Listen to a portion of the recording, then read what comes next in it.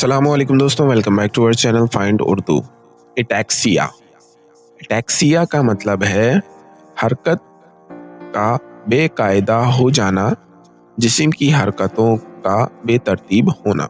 Ataxia एक medical condition है जिसमें शख्स अपने हाथ पैर या जिस्म को ठीक से कंट्रोल नहीं कर सकता। ये अक्सर नर्वस सिस्टम के मसाइल, ब्रेन इंजरी या जेनेटिक प्रॉब्लम्स की वजह से होता है। इसमें चलने, लिखने या बैलेंस रखने में दुश्वारी होती है। मिसाल के तौर पर, अगर किसी शख्स का दिमाग या नर्वस सही काम नहीं कर रहा, तो उसे चलन लड़खड़ाने लगता है, जो एटैक्सिया की निशानी है। The patient ataxia made it difficult for him to walk properly. मरीज की एटैक्सिया की वजह से उसके लिए ठीक से चलना मुश्किल हो गया। तो दोस्तों, एटैक्सिया एक मेडिकल कंडीशन है जिसमें शख्स का जिस्म उसके कंट्रोल में नहीं रहता।